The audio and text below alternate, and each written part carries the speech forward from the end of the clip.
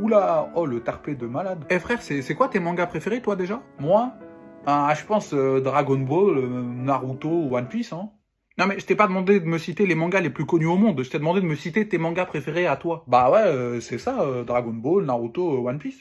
Non mais ça a aucun sens, je sais pas, c'est comme si tu me disais que ton film préféré c'était genre Avengers. Bah exactement, ouais, c'est mon film préféré, Avengers, comment tu sais?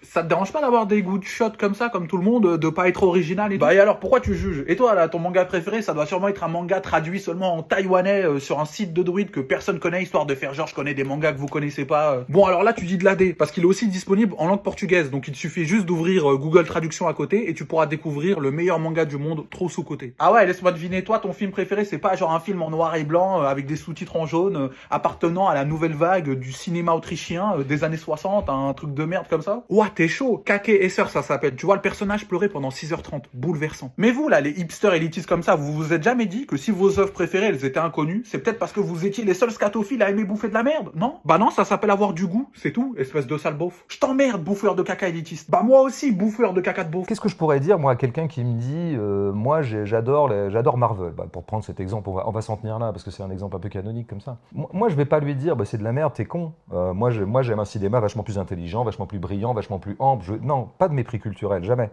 En revanche, je peux lui dire, je note objectivement que ton goût n'est pas très original. On ne peut pas dire que ton goût soit très singulier, puisqu'en fait, le film dont tu me parles, bah, c'est précisément le film qui a fait le plus d'entrées dans le monde dans les 6 derniers mois. Et donc, je peux peut-être demander à cette personne, je veux dire, ça t'intéresserait pas d'avoir des goûts un peu plus singuliers? Enfin, t'as pas envie de temps en temps d'aller voir dans des trucs, tu sais, où en fait, qui sont pas immédiatement, mondialement standardisés, quoi, ou alors plébiscités? T'as pas envie d'être un peu original? Ça t'emmerde pas d'aimer la même chose que tout le monde, et en plus d'aimer précisément ce que toute une industrie qui a par ailleurs un arsenal publicitaire à sa disposition qui est tout à fait gigantesque, te fait aimer, ou t'invite à aimer, ou t'incite à aimer, et ce qu'on appelle le battage médiatique, c'est pas rien, quoi.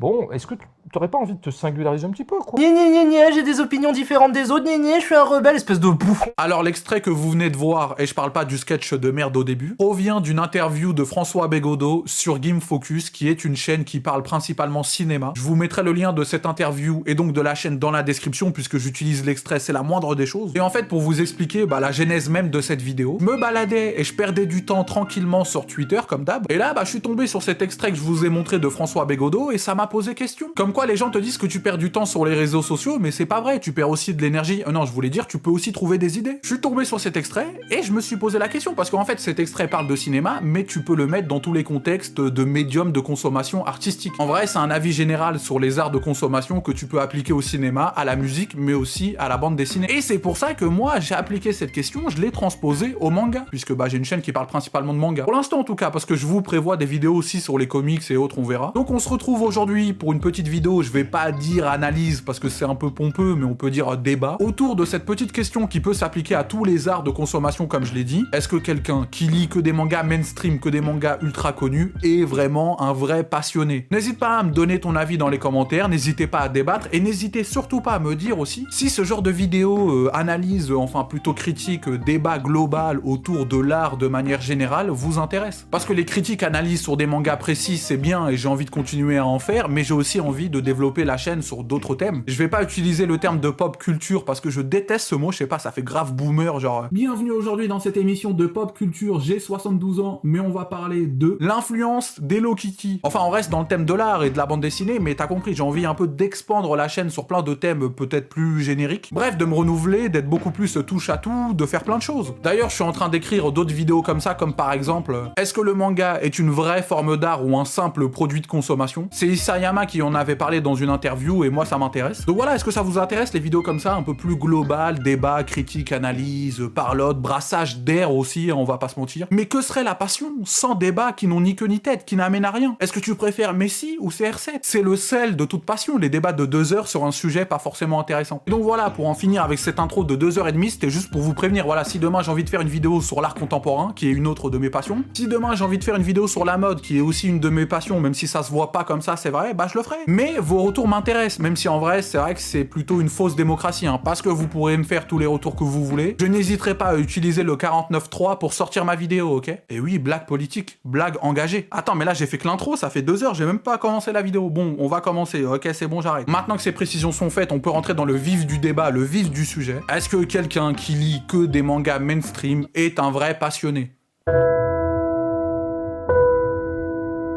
Alors à cette question, il faut selon moi se poser 2 autres questions. La question 0, c'est pourquoi est-ce que tu n'es toujours pas abonné à la chaîne? La première question à se poser, c'est est-ce que les œuvres mainstream, c'est forcément dénué d'intérêt? Est-ce que comme le dit un dicton nul que je vois bien tatoué sur tous les beaufs participant à Pascal le Grand Frère ou tous les fanzous de TPMP, à côté de leur tatouage Carpe Diem et seul Dieu peut me juger, plaire à tout le monde, c'est plaire à n'importe qui? Est-ce que le mainstream signifie neutre? Aucune prise de position, aucun choix artistique. Parce que faire un choix artistique dans son œuvre, y mettre des intentions comme des intentions politiques ou de la dénonciation, bah c'est trancher. Et trancher, c'est forcément se couper d'une partie du public. Par exemple, rien qu'au niveau du style de dessin, tu prends, je sais pas moi, Taiyu Matsumoto. Il a un style de dessin bien particulier et personnel, mais du coup son style ne plaît pas forcément à tout le monde. Il a un style pas du tout grand public, et donc au-delà de la qualité de ses œuvres, rien que son style de dessin extrêmement singulier que perso j'adore mais que beaucoup détestent, bah rien que ça peut empêcher ses œuvres de devenir vraiment ultra mainstream. Du coup, bah Taiyu Matsumoto, c'est quelqu'un de reconnu dans le monde de la bande dessinée et du manga, mais faut aller le chercher. Il est pas trouvable comme ça au premier plan. Donc une œuvre qui devient ultra mainstream, qui perce à fond, aura-t-elle forcément un dessin ultra lisse et neutre? Un dessin dit mainstream en fait, qui plaît à tout le monde. Alors il y a des contre-exemples à ça, hein, comme One Piece qui a effectivement un dessin vraiment singulier, personnel et loufoque. Mais au-delà de cette particularité dans les dessins, One Piece dans ses codes est ultra mainstream. C'est un shonen neketsu avec tous ses codes de baston, de super pouvoirs et d'évolution.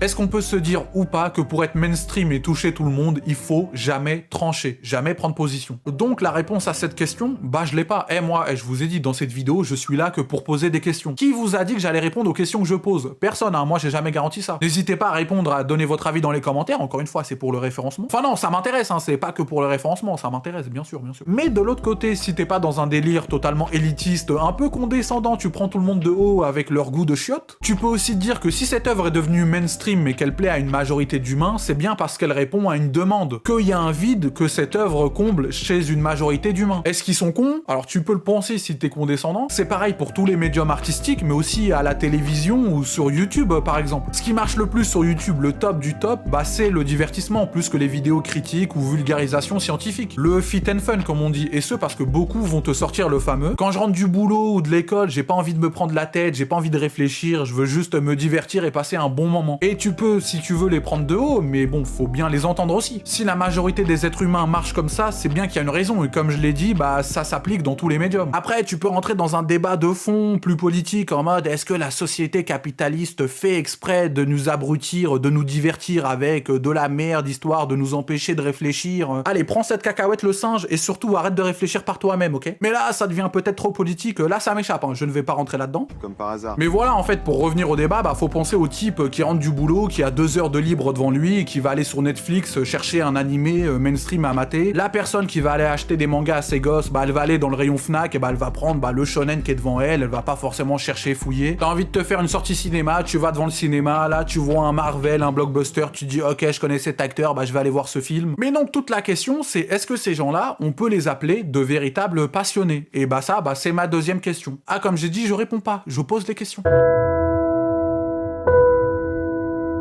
Et la deuxième question sur laquelle il faut s'interroger, c'est quelle est la démarche de ces gens-là? Est-ce qu'ils se considèrent comme de véritables passionnés ou simplement à la recherche de divertissement? Parce que la passion, tu peux la définir sur différents facteurs, mais l'un des facteurs, bah, c'est la fréquence de consommation et l'engagement. Est-ce qu'une personne qui regarde des films tous les jours, genre elle a vu des milliers de films, mais que des blockbusters ultra mainstream, est-ce un véritable passionné? Quelqu'un qui a lu plein de mangas, vraiment plein, mais que des shonen neketsu ultra mainstream, est-ce un véritable passionné? Et là, vous allez sûrement me répondre, bon, tu commences à nous casser les couilles avec tes questions, même si j'avoue ta veste est pas mal. Alors déjà, merci, hein, parce que c'est vrai que la veste, au début, bah, j'ai un peu hésité à l'acheter, tu vois, parce que sur le site, il y avait plusieurs coloris, et en plus, bah, elle était un peu chère. Mais après, ils ont fait des soldes et tout, donc je me suis dit, alors attends, non, c'est pas ce que je voulais dire. Mais sinon, ok, c'est bon, du calme. Pour finir, je vais donner mon avis. Enfin, pour moi, le dénominateur commun de tout passionné, c'est la curiosité. Oui, tout ça pour ça. Je vous ai dit que j'allais brasser de l'air, je l'ai dit. Je suis une merde, mais pas menteur. Pour t'imaginer ça d'une petite métaphore, rentrer dans un médium, un domaine artistique, c'est comme rentrer dans une grotte ou une mine. T'auras une route déjà toute tracée de par l'histoire de ce médium artistique, tous ses classiques, toutes ses œuvres cultes. Donc c'est un chemin à emprunter et explorer presque obligatoirement quand tu découvres un art. Mais au bout d'un moment, une fois que t'auras bien exploré ce chemin, c'est à toi en tant que passionné de te saisir d'une pioche, de taper sur le mur et de commencer à creuser ton propre chemin, ta propre route artistique de passionné. C'est important et même fondateur d'emprunter la route culturelle déjà devant toi, mais au bout d'un moment, c'est aussi à toi de créer ta propre route culturelle. Parce que si tu fais qu'emprunter la grosse route principale creusée par les autres, bah en fait t'es un touriste. C'est comme si demain tu vas à Paris et tu vas voir que la Tour Eiffel et les Champs-Élysées. Au bout d'un moment, c'est aussi bien de voir les poubelles brûlées. Eh ouais, deuxième blague politique, ça dénonce. Un passionné, comme dirait un grand philosophe cariste, ne doit pas bouffer que ce qu'on lui prépare. Un passionné, c'est un dénicheur, c'est un explorateur, c'est un archéologue. Il va chercher les œuvres qui vont le stimuler. Il ne se contente pas que de ce qu'on lui sert dans l'assiette. Tu creuses ton propre chemin artistique que par la suite, au fil de tes propagandes et recommandations, d'autres passionnés emprunteront avant de creuser leur propre parcours eux aussi. En fait, une passion, un domaine artistique, un médium,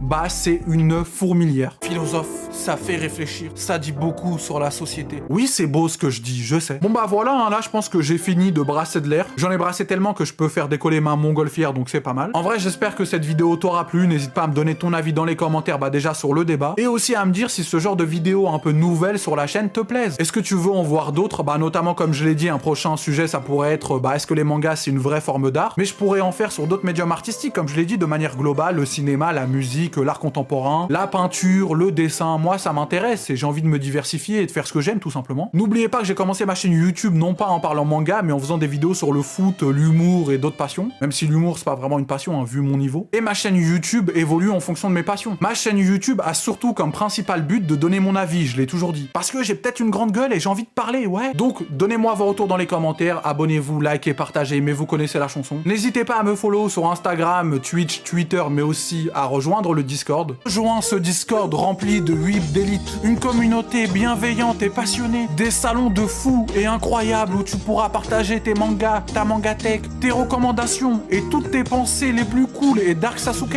Un Discord incroyable qui possède un staff réactif et plein d'emotes incroyables faites par mes soins.